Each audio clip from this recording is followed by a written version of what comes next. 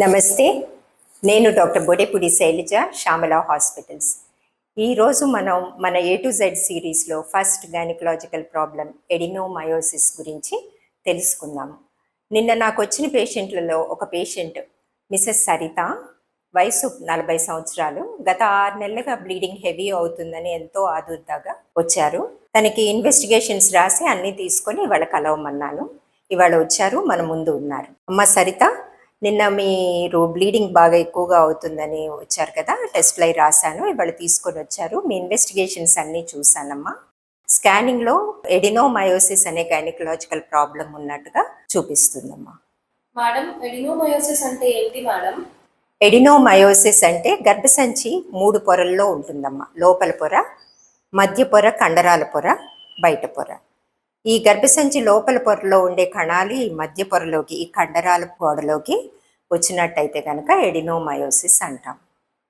ఎందువల్ల వస్తుంది మేడం? ఈ ఎడినోమయోసిస్ జనరల్గా దీనికి ప్రత్యేకంగా ఇది కారణం అని చెప్పలేమమ్మా. కానీ గర్భసంచి మీద ఎటువంటి ఆపరేషన్స్ అయినా అయినట్టయితే, like caesarean section, DNC, myomectomy, లేదా గర్భసంచి ఇన్ఫెక్షన్స్ ఉన్నట్టయితే కనుక ఈ గర్భసంచి లోపల పొరలో ఉండే కణాలు మధ్య పొరలోకి వచ్చే అవకాశం ఉంటుంది. అలా వచ్చినప్పుడు ఈ ఎడినోమయోసిస్ అనే డిసీజ్ వస్తుంది. ఎలాంటి ఇబ్బందులు ఉంటాయి మేడం? ఈ ఎడినోమయోసిస్ వచ్చిన వాళ్ళల్లో బ్లీడింగ్ హెవీగా అవటం, ఎక్కువ రోజులు అవటం, కొంతమందిలో డిస్పెరోనియా అంటే కలయికప్పుడు నొప్పి ఉండటం, డేట్ అప్పుడు పెయిన్ రావటం, బ్యాక్ పెయిన్ రావటం లాంటివి ఇబ్బందికరంగా ఉండి ఒక్కోసారి వాళ్ళ ఆఫీస్కి వెళ్ళటానికి కూడా ఇబ్బంది కలిగే అవకాశం ఉంటుంది. నా ఒక్కదానికే వచ్చిందా మేడం ఈ సమస్య? ఏ ఏజ్ గ్రూప్లో ఉంటుంది మేడం ఎక్కువగా? సాధారణంగా ఏజ్ గ్రూప్ అయితే 40 to 50 ఇయర్స్ ఏజ్ గ్రూప్లో ఎక్కువగా చూస్తామమ్మా. కానీ ఈ మధ్య గత 10 సంవత్సరాల నుంచి ఎన్విరాన్మెంటల్ పొల్యూషన్ వలన, ఫుడ్ అడల్ట్రేషన్ వలన, ఈస్ట్రోజన్ అనే హార్మోన్ ప్రభావం ఎక్కువ అవ్వటం వలన యంగ్ ఏజ్ గ్రూప్లో కూడా ఈ డిసీజ్ కనపడతా ఉంది. ఈ ఈస్ట్రోజన్ ప్రభావం వల్లనే మధ్య పొరలో ఈ కణాలు గ్రాడ్యువల్గా పెరిగి పొర అనేది ఉబ్బుతుంది. ఒబెసిటీ వల్ల ఏమైనా వస్తుందా మేడం? ఒబేసిటీ వలన డిసీజ్ వస్తుందని నేను అన్ను. బట్ డిసీజ్ ఉన్న వాళ్ళలో ఈ ఒబేసిటీ వలన డిసీజ్ ప్రాసెస్ తొందరగా ప్రోగ్రెస్ అవుతుంది. ఎందుకంటే ఈ ఒబేసిటీలో ఫ్యాట్ సెల్స్ నుంచి కూడా ఈస్ట్రోజన్ ఎక్కువగా ఉత్పత్తి అవుతుంది. అందువల్ల డిసీజ్ ఎక్కువగా చూపిస్తుంది. స్ట్రెస్ వల్ల ఏమన్నా ఉంటుందా మేడం?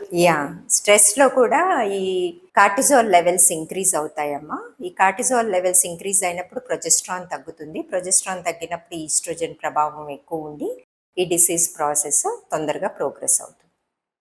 క్యాన్సర్ రిస్క్ ఏమైనా ఉండొచ్చా మేడం? క్యాన్సర్ రిస్క్ లాంటిది చాలా తక్కువ అమ్మా. మేబీ 100 మందిలో ఒకరికి. అది కూడా అచ్చంగా ఈ డిసీజ్ ప్రభావం వల్లనే కాకుండా ఈ ఈస్ట్రోజన్ ప్రభావం వలన లోపల పొర మందం అవటం వలన ఏటిపికల్ హైపర్ప్లేజియా లాంటివి ఉంటే క్యాన్సర్ లాంటిది రావచ్చు. బట్ 100 మందిలో ఒకరికి ఛాన్సెస్ అదే. ట్రీట్మెంట్ ఎలా ఉంటుంది మేడం? ట్రీట్మెంట్ మామూలుగా 40 ఇయర్స్ అండ్ బిలో 40 ఇయర్స్ వాళ్ళందరికీ కూడా కన్జర్వేటివ్ మేనేజ్మెంట్తో సరిపోతుందమ్మా. 45 ఇయర్స్ అబవ్ ఉన్న వాళ్ళకైతే ట్రీట్మెంట్ వేరే విధంగా ఆలోచించవచ్చు. బట్ మీరు 40 ఇయర్స్ అంటున్నారు కాబట్టి ఒక 3 నెలలు హార్మోన్ ట్రీట్మెంట్ తీసుకొని నొప్పి తగ్గడానికి ఎన్ఎస్ఐడ్స్, బ్లీడింగ్ తగ్గడానికి ట్రనాక్సిక్ యాసిడ్ లాంటివి తీసుకొని ఆ తర్వాత డిసీజ్ కొంచెం మీకు బ్లీడింగ్ అది తగ్గిన తర్వాత మళ్ళీ ఈస్ట్రోజన్ ప్రభావం పెరగకుండా ఉండటానికి గర్భసంచి లోపల లివోనార్జెస్ట్రాల్ ఇంట్రాయూట్రైన్ సిస్టమ్ అంటే మీరు మిరీనా అంటుంటారు కదా, అది వేస్తే డిసీజ్ కంట్రోల్లో ఉంటుందమ్మా. ఎటువంటి ఇబ్బంది లేకుండా ఒక 5 నుంచి 7 సంవత్సరాల వరకు హ్యాపీగా ఉండొచ్చు. మేడం, మెరీనా అన్నారు కదా, దానివల్ల వేరే సమస్యలు ఏం రావా మేడం? ప్రతి దానికి ఏదో ఒక ప్రాబ్లం అనేది ఉంటుంది, ఉండకుండా ఏది ఉండదు. ఈవెన్ ఒక టాబ్లెట్ వేసుకుంటే అది మనకు పడుతుందో లేదో చెప్పలేం కదమ్మా. అలాగే మిరీనా వల్ల కూడా ఫస్ట్ 3-4 మంత్స్ వరకు కొద్దిగా ఇర్రెగ్యులర్గా స్పాటింగ్ అనేది కనిపిస్తుంది. బట్ గ్రాడ్యువల్గా తగ్గిపోతుంది. ఒకవేళ తగ్గనట్టయితే కొంచెం టాపప్ చిన్న డోస్ ఏదన్నా ఇస్తాము. ఇదే కాకుండా మిరీనా ఎక్స్పెల్షన్ రేట్ అనేది ఉంటుంది 1 to 2% మందిలో. అది కూడా యూజువల్లీ ఫస్ట్ 2 to 3 మంత్స్లో ఈ బ్లీడింగ్ హెవీగా అయినప్పుడు గర్భసంచి కాంట్రాక్షన్ వలన అది ఎక్స్పెల్ అయ్యే అవకాశం ఉంటుంది. ఇది ఫెయిల్యూర్ అయ్యే ఛాన్సెస్ ఏమైనా ఉంటాయా మేడం? జనరల్గా 90% మందిలో ఎఫెక్టివ్గానే ఉంటుందమ్మా. మిరీనా తోటి బాగానే ఉంటుంది. చాలామంది మిరీనా ఒక 5-6 ఇయర్స్ అయ్యాక తీయించుకొని మళ్ళీ వేయించుకున్న వాళ్ళు కూడా ఉన్నారమ్మా. అలా కాకుండా ఎవరికన్నా డిఫ్యూజ్ ఎడినోమయోసిస్ సివియర్గా ఉండి మనం మిరీనా వేసి టాపప్ ఇచ్చినా కూడా బ్లీడింగ్ తగ్గలేదు, వాళ్ళకి నొప్పి ఎక్కువగా వస్తుంది, ఇబ్బంది పడుతున్నారు అనుకున్నప్పుడు సర్జరీ సజెస్ట్ చేస్తాం. లైఫ్ స్టైల్ చేంజెస్ ఏమైనా చేసుకోవచ్చా మేడం? యా, డెఫినెట్గా. లైఫ్ స్టైల్ చేంజెస్ వల్ల అంటే మీరు regular exercise, balance diet, stressful life తగ్గించుకోవటానికి యోగా, మెడిటేషన్ లాంటివి చేయటం వల్ల కూడా డిసీజ్ ప్రాసెస్ అనేది స్లో అవుతుంది. న్యాచురల్లీ ఈస్ట్రోజన్ ప్రభావం తగ్గుద్ది కాబట్టి డెఫినెట్గా అది హెల్ప్ అవుతుంది. మేడం ఇందాక మీరు సర్జరీ అన్నారు కదా మేడం, అంటే ఏం చేస్తారు మేడం? సర్జరీ అంటే గర్భసంచి తీసేస్తామమ్మా. ఏజ్ని బట్టి సపోజ్ యంగ్ ఏజ్ అనుకోండి, 30 ఇయర్స్ కన్సీవ్ అవ్వాలి అనుకుంటున్నారు, వాళ్ళ ఫ్యామిలీ కంప్లీట్ చేయలేదు, మళ్ళీ ఇంకో ప్రెగ్నెన్సీకి ప్లాన్ చేయాలి అనుకుంటున్నారు అనుకోండి, అటువంటి వాళ్ళల్లో ఎడినోమయోమెక్టమీ లాప్రోస్కోపీ ద్వారా ఏదైతే కండరం ఉబ్బిందో అంతవరకే తీసేసి మళ్ళీ రిపేర్ చేస్తాము. దానివల్ల వాళ్ళు మళ్ళీ ప్రెగ్నెన్సీకి ప్లాన్ చేసుకోవచ్చు. అదే 45 ఇయర్స్ అబవ్ అయితే కనుక టోటల్ హిస్టెక్టమీ చేస్తామమ్మా. Okay madam, thank you so much madam, ఉన్న డౌట్స్ అన్ని క్లియర్ చేశారు. వెల్కమ్ అమ్మా. సో ఈరోజు మనం ఎడినోమయోసిస్ గురించి కంప్లీట్గా తెలుసుకున్నాం కదా. కాబట్టి హెవీగా బ్లీడింగ్ ఉన్న వాళ్ళందరూ క్యాన్సర్ ఏమో అని కంగారు పడకండి, ఇన్వెస్టిగేట్ చేయించుకోండి.